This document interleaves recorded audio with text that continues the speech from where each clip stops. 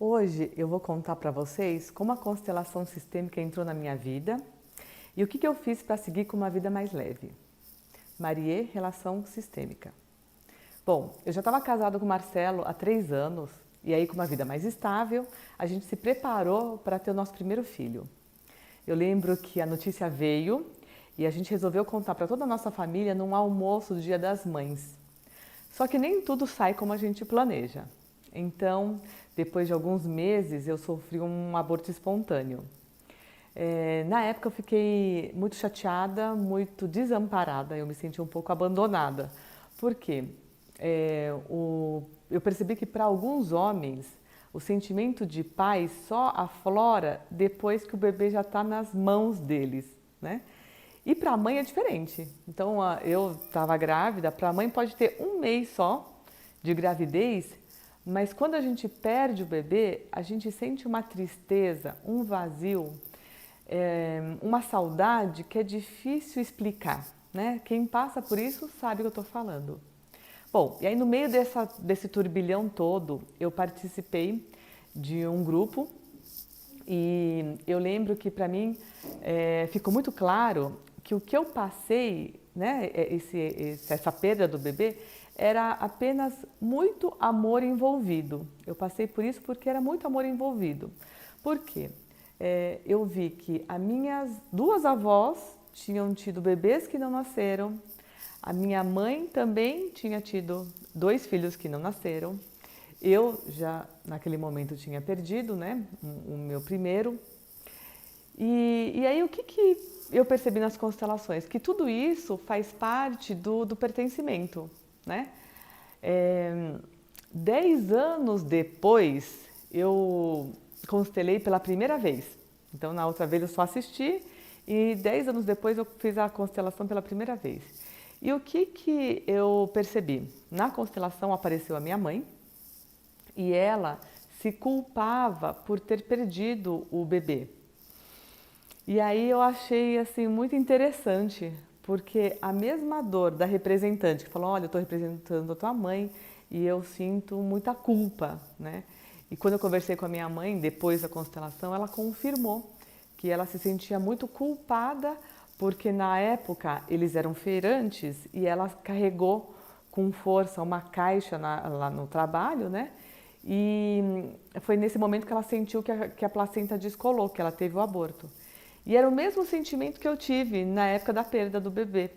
Porque eu estava trabalhando muito e eu não estava assim, dando atenção devida para a gravidez. E quando eu tive o aborto espontâneo, eu me senti muito culpada. Eu falei, nossa, eu devia ter trabalhado menos, não devia ter ficado até tarde. As coisas que quem é mãe sabe, né? Essas nossas culpas, né?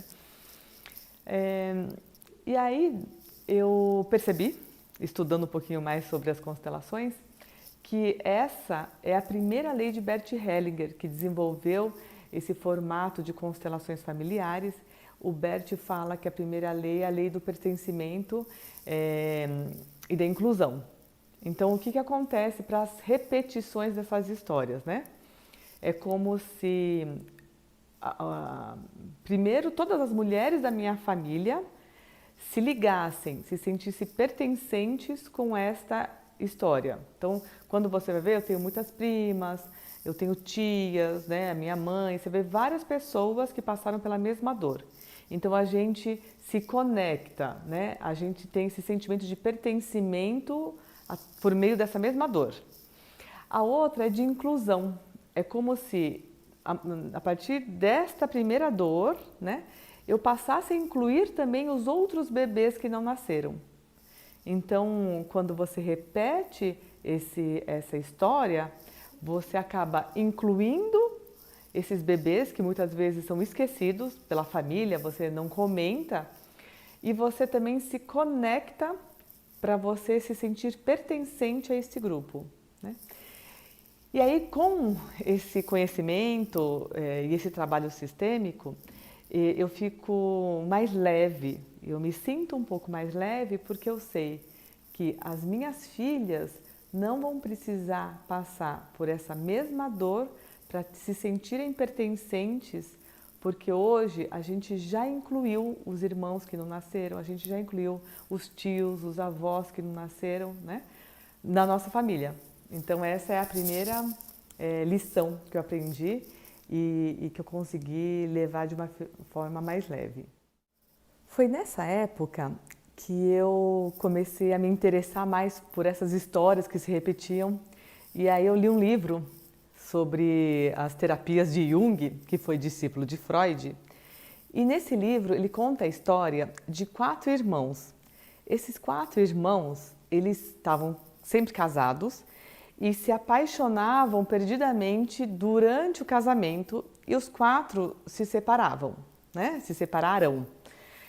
E aí ele resolveu trabalhar a história da mãe para entender o porquê desses 4 filhos terem a mesma história. Quando ele conversou e pesquisou a vida da mãe, ele descobriu que a mãe era uma religiosa muito fervorosa e durante o casamento se apaixonou perdidamente. Só que ela abafou esse amor, essa paixão, porque era uma religiosa e achava isso muito errado. O que aconteceu? Os seus filhos, seus 4 filhos, sem saberem, né, desta história da mãe, acabou repetindo um padrão. Como se eles dissessem assim: mãe, eu te amo tanto que eu passo pela mesma dor. Só que a diferença é que eles se separaram, a mãe não. É como se eles se sentissem de consciência pesada por estarem casados, né?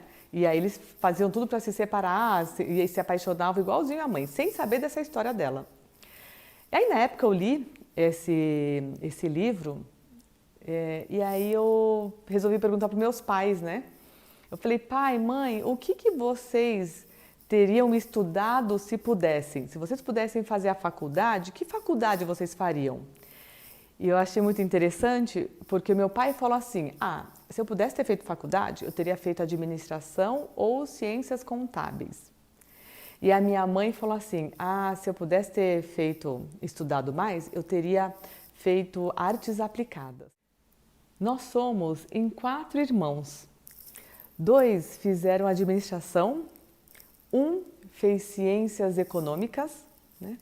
E eu acabei fazendo artes plásticas e magistério. Então, por fim, a gente estudou pelos nossos pais sem sabermos, porque eu soube disso depois que a gente já estava formada e tudo mais. Então a gente acabou repetindo uma história por eles. Aquilo que eles não puderam estudar, nós estudamos por ele, né? Hoje, eu vejo que na nossa família... eu lembrei de uma história também. Quando a gente era pequeno, meus pais me contaram que eles não foram convidados para participarem de uma festa porque não tinham faculdade. E acho que eles ficaram muito doloridos por não terem sido convidados para essa festa de família porque eles não tinham faculdade. E a gente cresceu, eu escutei, provavelmente em algum momento meus irmãos também escutaram isso. Na nossa família, a gente não vem de uma origem de família de acadêmicos, mas eu fiz 2 faculdades, fiz o mestrado, fiz o doutorado, como se eu estudasse por mim e por eles. E mesmo sem ter uma família de acadêmicos, eu acabei seguindo uma carreira acadêmica. O meu irmão, né, os meus 2 irmãos fizeram o mestrado e hoje o meu irmão mais velho, ele trabalha como executivo da Hyundai Heavy durante o dia e à noite ele é coordenador do curso de Ciências Contábeis da Faculdade do Rio de Janeiro. Então a gente percebe que os filhos amam tanto os pais que mesmo sem saber qual foi a frustração deles, a gente repete um padrão. Eu lembro também que a minha mãe, ela desenhava muito bem. Então, os meus cadernos da escola, ela fazia desenho de ursinho e tal, e eu levava, né, com o desenho dela. Eu fiz artes plásticas, mas eu digo que eu estudei artes e eu não sou artista, né? Porque eu acho que um artista, ele segue a vida e ele tem um dom assim que não se explica. Eu sei desenhar, eu faço quadros, mas eu não segui a vida de artista, né? Muito também se deve a uma frase que eu lembro que eu escutei do meu irmão. Ele falou assim: já fez artes plásticas e magistério, vai viver fazendo greve na porta das escolas, né? E aí, por conta disso, eu acho que eu fui para a área profissional, empresarial e deixei um pouco esse meu sonho de lado. E hoje, a minha filha desenha muito bem. É uma coisa assim, desenha, pinta. Ela pegou um armário, né? E fez para cada gaveta uma obra de Van Gogh. Eu falei, nossa, eu fiquei impressionada mesmo, porque ela tem 12 anos, né? E a gente nunca colocou em nenhuma escola de artes, de pintura, nem nada. E aí eu só me peguei pensando o quanto ela realmente tem um dom, uma missão, esse talento, né, para artes, o quanto é dela ou o quanto é a minha frustração de não ter sido artista plástica que fez com que ela pintasse tão bem, né? As minhas duas filhas, a mais velha, ela desenha super bem, né? Mas ela é muito boa nas exatas, para conta, igual o pai. E a do meio também pinta muito bem, também ganhou várias medalhas, canguru, né, de campeonato de matemática e tal. Então, ela puxou, as duas puxaram os dois lados, né? E tem o caçula, que ainda eu vou ver qual que é o talento dele, né? Mas ele fala muito bem. Então, a gente vê o quanto as crianças repetem uma história, um padrão. Se é por elas ou se é por amor a nós. Um esforço que eu faço é toda vez que eu posso, eu falo assim para minha filha, principalmente essa que pinta igual eu pintava. Eu falo assim, filha, eu te abençoo para você fazer um pouquinho diferente, para você seguir a profissão e seguir o teu talento que te faça feliz. A mamãe não pôde trabalhar com artes, mas você não precisa fazer isso por mim, né? Eu até convido vocês a pensarem o quanto seus filhos fizeram coisas por vocês, né? Começar a pensar assim, puxa, eu tinha um sonho que não realizei e aí de repente você vê o teu filho fazendo aquilo. O quanto do que o teu filho faz é porque ele gosta ou é porque ele faz por amor a nós, né? Para isso, eu vejo que me ajudou muito a seguir minha vida mais leve e com menos consciência pesada, né?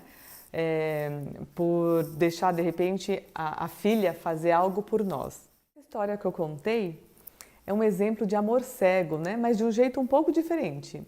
É como se dissesse assim, eu te amo tanto que eu estudo ou eu faço algo por mim e por você. O amor cego, ele tem uma repetição, mesmo que você esteja sofrendo, isso que a gente fala que é amor cego, mesmo que você sofra, você repete um padrão e não acha pesado, você nem percebe. Então, mães que casaram com homens que batiam, que bebiam, e aí você fala assim para ela, não, eu não vou passar por essa dor. Não, eu não quero casar com ninguém que me bata, nem com o marido que bebe. E aí todo o relacionamento que essa pessoa tem são com homens que batem e com homens que bebem. Por quê? Porque a pessoa olha para a mãe e fala assim, mãe, eu te amo tanto que eu passo pela mesma dor. Ela olha para o pai e fala assim, pai, eu te amo tanto que eu caso com uma pessoa igualzinha a você. Né? Esse é o amor cego. Nesses exemplos meus que eu acabei passando, é um exemplo de amor cego, só que um pouquinho diferente. É como se no amor cego eu poderia ter falado assim, nossa, eu não vou estudar porque meus pais não puderam e eu, de consciência pesada, né, eu não posso estudar mais do que meus pais. A gente fez ao contrário, acho que todos os meus irmãos fizemos um pouquinho diferente. A gente, por amor cego, sim, estudamos muito e aí a gente estudou por nós e por eles.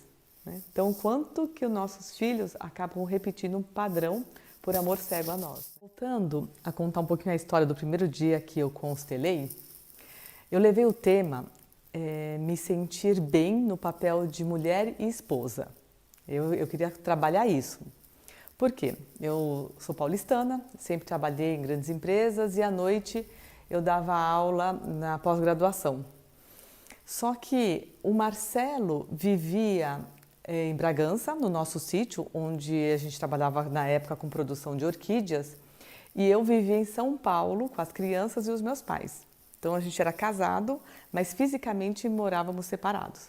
E aí, em 2012 eu decidi sair do trabalho e ir para Bragança. Logo depois eu comecei a trabalhar na universidade da cidade e estava numa vida bem diferente. Então, eu estava numa vida mais tranquila, mais leve.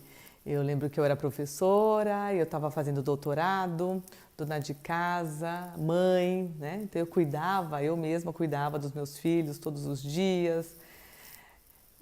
E aí começou a ficar, eu fiquei com um pouco de consciência pesada, né? Era tudo que eu sempre quis, ficar com as crianças, fazer o doutorado, ser professora. E por que eu tinha esse sentimento? E aí eu levei isso na constelação. Bom, cheguei lá e acabei pedindo a bênção, né? Fez todo o trabalho e eu acabei pedindo a bênção para minhas avós, porque uma teve uma vida bem difícil, trabalhava vendendo verduras nas costas, né? Colocava tudo nas cestas e vendia nas ruas. A outra teve uma vida muito difícil porque a mãe dela veio viúva, sozinha do Japão, com 5 filhos e passaram muitas dificuldades.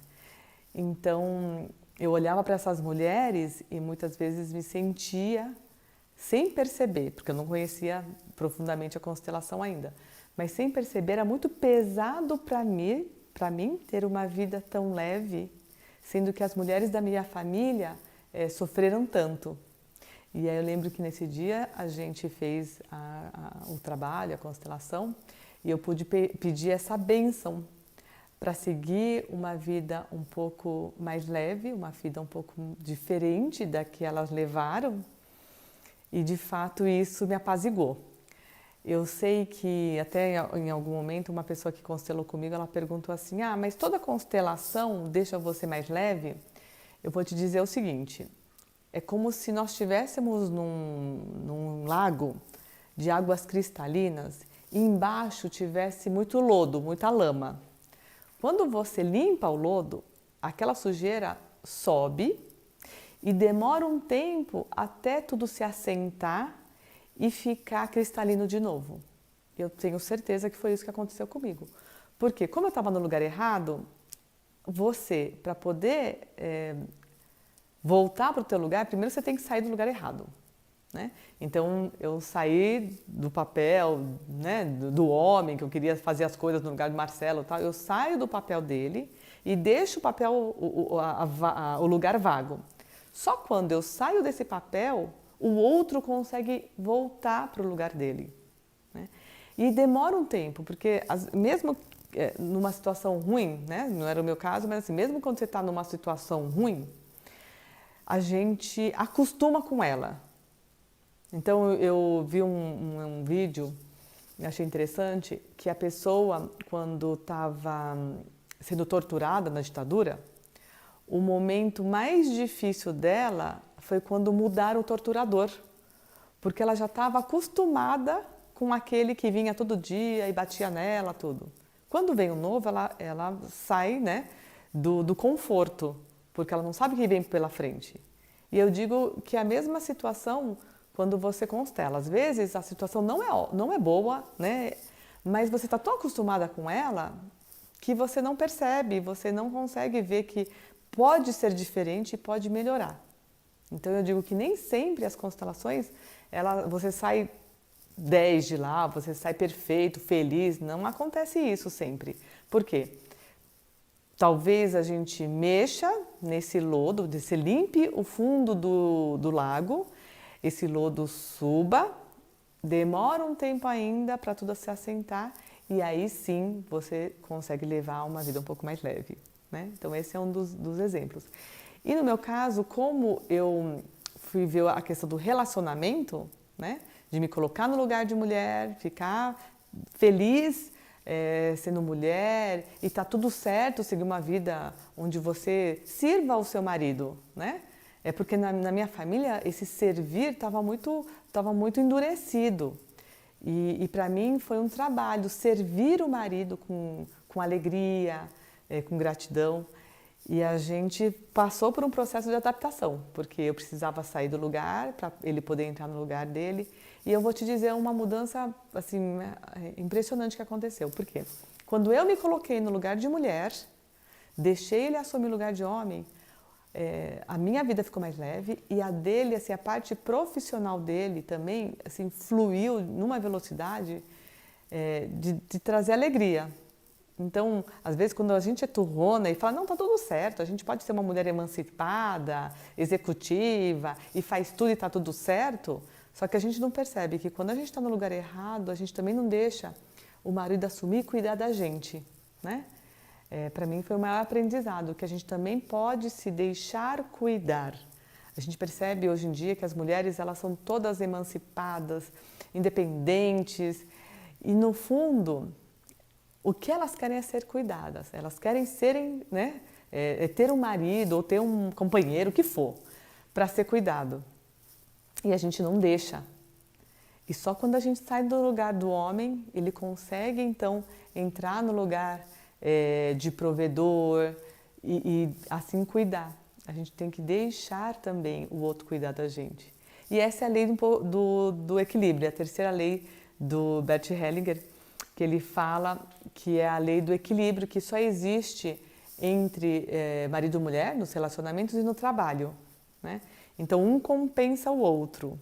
Eu vou dizer que teve um período que eu estava viajando muito e era difícil compensar, porque o Marcelo também trabalha, ele tinha que dar conta da menina que trabalhava em casa, né? Falar o que ela tem que fazer, tal, sair com tudo pronto.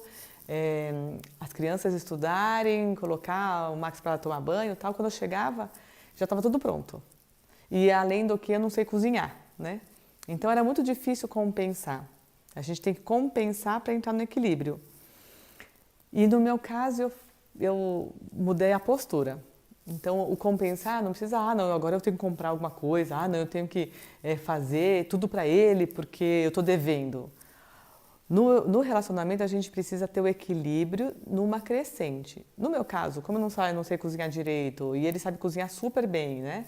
E ele dava conta, eu estava viajando muito. Muda a postura. Eu mudei a postura de olhar com admiração o Marcelo, né? De olhar com gratidão, de vibrar as conquistas dele. Putz, não, entrou outra consultoria, tá na multinacional, fechou outro projeto. Então você vibra com ele, então você compensa de outro jeito, apoiando, né, e tendo essa admiração. Essas mulheres muito emancipadas não deixam com que o homem compense. Então eu vou dar um exemplo. Ajudou a pagar a faculdade dele, pagava todas as contas, e aí não deixava ele contribuir, retribuir e equilibrar. O que acontece quando você não deixa o outro compensar? Fica muito pesado dever tanto. Então, para um homem, é muito pesado dever tanto para uma mulher. E aí ele não aguenta dever tanto e sai do relacionamento. Aí você escuta as reclamações assim, mas ele é um ingrato, saiu do relacionamento, eu fiz tudo por ele e ele saiu, me abandonou. Olha o que é o não saber compensar, né? Não deixar o homem compensar. Então, voltando para o meu exemplo, eu quando saí do meu lugar, deixei o meu marido assumir o dele e aí as coisas fluíram tanto para a minha vida quanto para dele. Então, isso é um aprendizado que nas constelações é muito claro. Quando cada um entra no teu lugar, tudo flui com mais facilidade. Quando eu pensei que essa constelação que eu levei os relacionamentos tinha terminado, aí que veio a grande surpresa. A pessoa que representou meu pai não se sentia pertencente na família e não conseguia sentar. Quando, depois de um tempo, a gente descobriu, nessa constelação, que o meu avô não era filho do meu bisavô, né? O pai era outro. Eu lembro que até a moderadora perguntou assim para mim, esse teu avô era filho mais velho? E eu não sabia. Eu falei, não, ele não era filho mais velho. Quando acabou a constelação, eu liguei para o meu pai, ele estava na casa da minha irmã, passando alguns dias lá em Campo Grande, Mato Grosso. Liguei para ele e falei assim, pai, o Dichan, né, meu avô, era o filho mais velho? Ele falou assim, era, por quê? Eu falei, não, depois eu te conto uma história. Então, na constelação aparecia que ele era o filho mais velho, né? E que o pai dele não era o meu bisavô. Esse bisavô que cuidou dele, ele abdicou do sobrenome Mori para virar Suzuki, que é o da minha família paterna. Depois, conversando com meu marido, que a gente percebeu que, apesar de não ser filho biológico, ele quis manter o nome, né, o sobrenome que ele abdicou, o Mori, porque o meu avô chama Morihiro Suzuki. Então ele acabou perdendo o sobrenome, não era o pai biológico do meu avô, mas quis manter o nome de algum jeito, né? Manter o sobrenome de algum jeito, colocando esse Morihiro Suzuki. O que eu aprendi com tudo isso, né? Que depois nós descobrimos algumas histórias de traição nos descendentes, né? Que envolviam os netos, filhos, tal. Quando você olha com carinho, sem julgamento, é como se você colocasse aquela história que queria ser lembrada, que queria ser vista. Quando você não sabe, você começa a repetir, por amor a esta pessoa, uma história semelhante. Então, com tudo isso, a gente viu e a gente acabou vendo, né, que tinham algumas situações de traição na família e que estavam muito relacionados ao amor desse bisavô, né? Então, assim, todo mundo que é excluído quer ser lembrado, né? Todo mundo que é excluído quer ser lembrado. Quando a gente não julga, a gente deixa de precisar repetir uma história. Nesse caso, é como se a gente não julgasse, né? E no meu caso, a gente fala assim, tá ok, tá tudo certo, nós somos gratos a essa situação, porque se ela não tivesse acontecido desse jeitinho, nós não estaríamos aqui hoje. Então, esse destino foi o destino certo para que hoje eu estivesse aqui. Quando a gente acolhe, né, inclui todos esses excluídos, esse que a gente não sabe quem que é o pai biológico, a gente não sabe do meu avô, mas está tudo certo, porque ele foi importante, ele faz parte hoje da nossa família, porque sem ele nós não estaríamos aqui. E ele já está dentro da gente, dentro do nosso DNA, dentro né, do nosso sistema. Então, quando a gente acolhe todo mundo da família, sem julgamento, né? Traidor, os traídos, porque no fim todo mundo se uniu para que fizesse essa história ser revelada. Uma história que a gente nunca nem soube que era possível. E aí depois, fazendo um quebra-cabeça, a gente falou, pode ser que realmente essa história seja verdadeira. Agora não importa se é ou não, o que importa é que a gente conseguiu juntar tudo isso, acolher, incluir, para que isso não se repita, né? A gente agora já olha com carinho todos eles, para que isso não se repita mais. Bom, e aqui o que eu aprendi com tudo isso? Bom, primeiro é o não julgamento. Por quê? Quando a gente julga, aquela história passa a ser sua, né? Isso para mim é o maior aprendizado.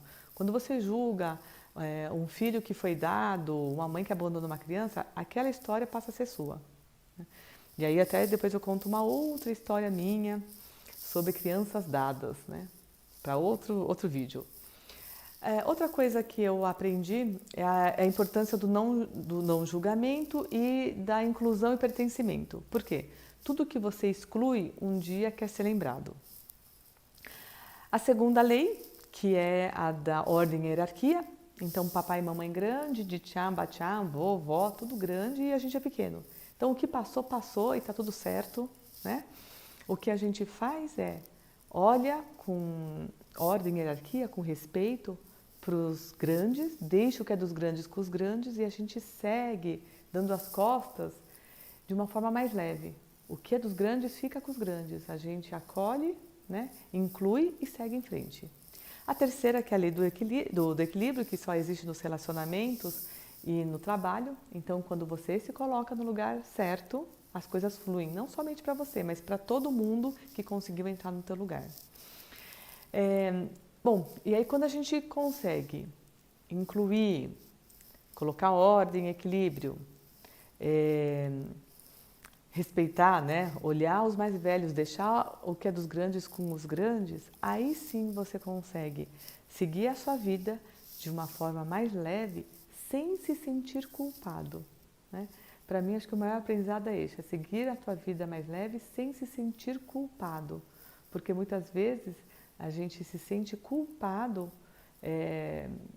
por ter, por ter tanta abundância, né? Se eles sofreram tanto, como eu posso me sentir tão leve assim? Então, acho que para mim o aprendizado é esse. Agora eu te vejo.